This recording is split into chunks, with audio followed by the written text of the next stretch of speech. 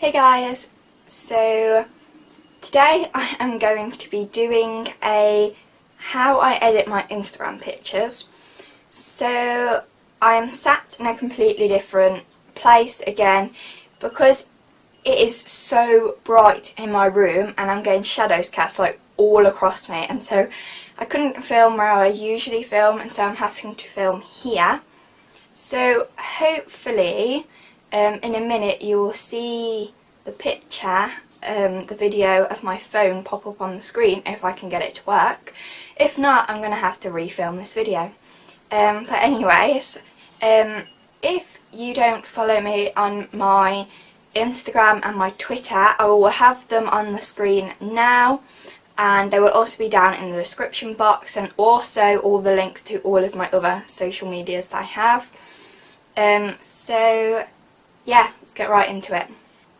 So first off, I'm just going to show you my actual Instagram. So these are a couple of people I follow, and then this is my account. So I'll quickly show you these first pictures. These are from oh god, how many weeks ago was this? 37 weeks. So this is just a theme that like a filter that Instagram has on there, which I just used to pick from, and then I really got bored of that one, so then I changed it to this theme. This filter is a ViscoCam C1 filter, I think, but it's just way too dark for me, and I really didn't like it. So that stops on this picture from, oh, what was it? Christmas. This picture was from Christmas, and I started with this theme. So it's sort of like a cool toned theme, and it has blue. Most of the pictures have blue somewhere in it. So like this one has my top, this one here, the sky, again this one the sky, the seas in the background, and then my jumper is also blue, and then like as you can see the other ones. So anyway, I use ViscoCam to edit my photos. This is sort of like my photos folder where I edit them all.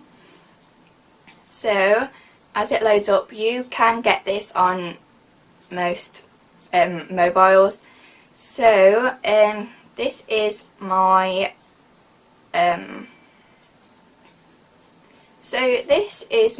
theme.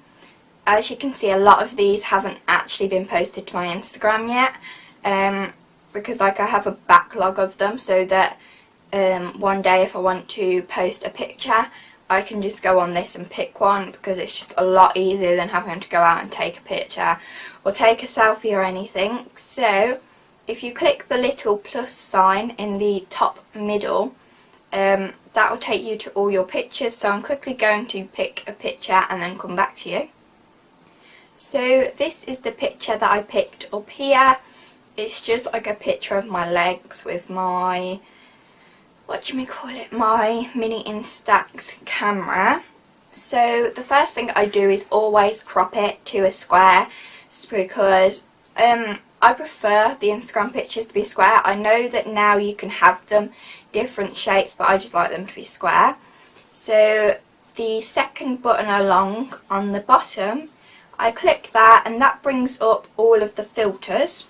So yeah, these are all the filters, and then if you click the little arrow at the bottom and the second icon in here, this brings up like all different things that you can do to it.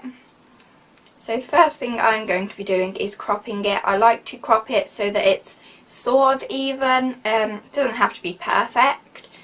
And then there is also a straighten. So let's say you took a picture of the sea and in the distance it was wonky.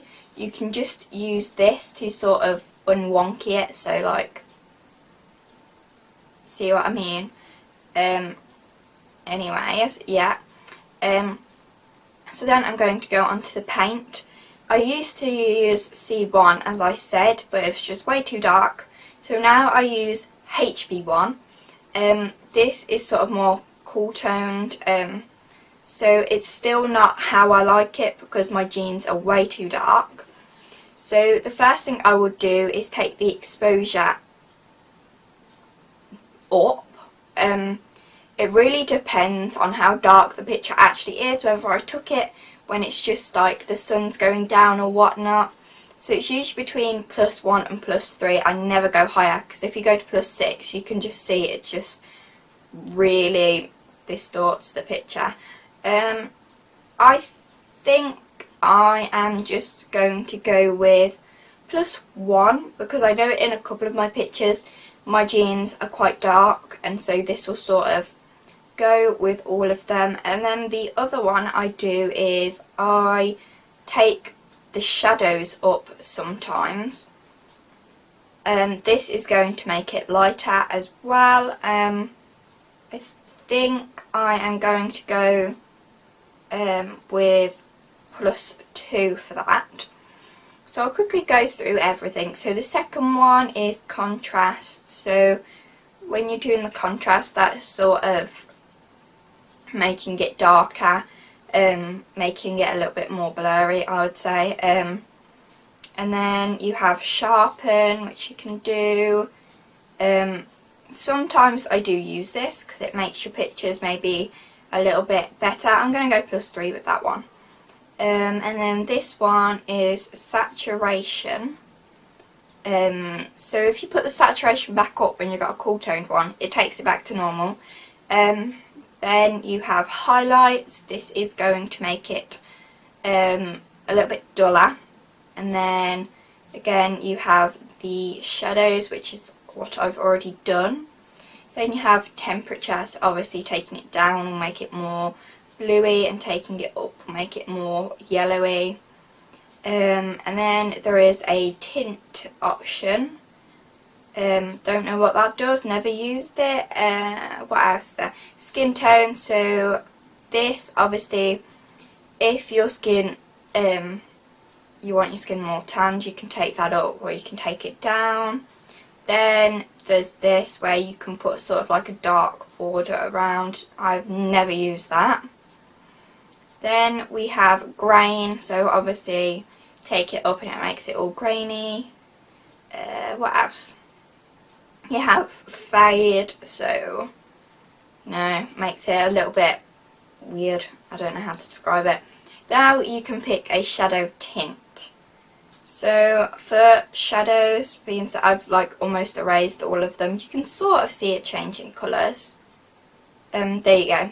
And then you have a highlight tint. So as you can see, most of it is highlighted, and so that is just basically going to change the colour. And so that is all of the different bits and bobs you can do for it. And then obviously if you've done something wrong and you want to change it back, you can click the little arrow here, and then if you want to completely change it back, it's the very last button here. And I'm not going to do that. So if you click this arrow and you click the tick in the bottom corner, I don't know if you can see it, this means that you have saved it. And so if you just press the back button, it comes up with all of your pictures again, and it's saving at the moment. Now this is literally purely just on ViscoCam.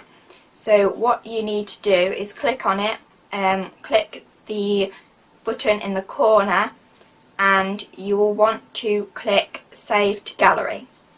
And also, if you add another picture in, there is another option to copy edits, which means everything you've done on that picture will then be copied over to the following picture. But usually it doesn't work because they're all pictures are different. So one might be darker than the other, one might be lighter. So I never do that. I usually just do it like by hand. I never copy the edits across. So then you have the option to share.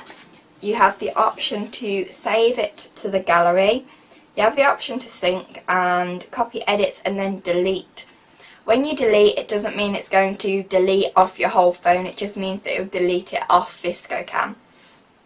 So, you can just save it to gallery and it'll come up with saving, and then It usually takes a while on my phone to realise that it has completely saved, but most of the time it does. So I really hope you enjoyed this video, and if it was slightly helpful to you. Be sure to subscribe to my channel. I promise now I'm going to be uploading regularly. I've said that many times, but I actually am. I'm certain of it, and I'm pretty happy with how my YouTube is going now. I've changed like the thumbnails and everything. So anyway, I might list some video ideas down below, and if you read them, be sure to comment which video you want me to do next. I think I probably need to do some video planning and things. But anyway, I will see you in my next video. Bye.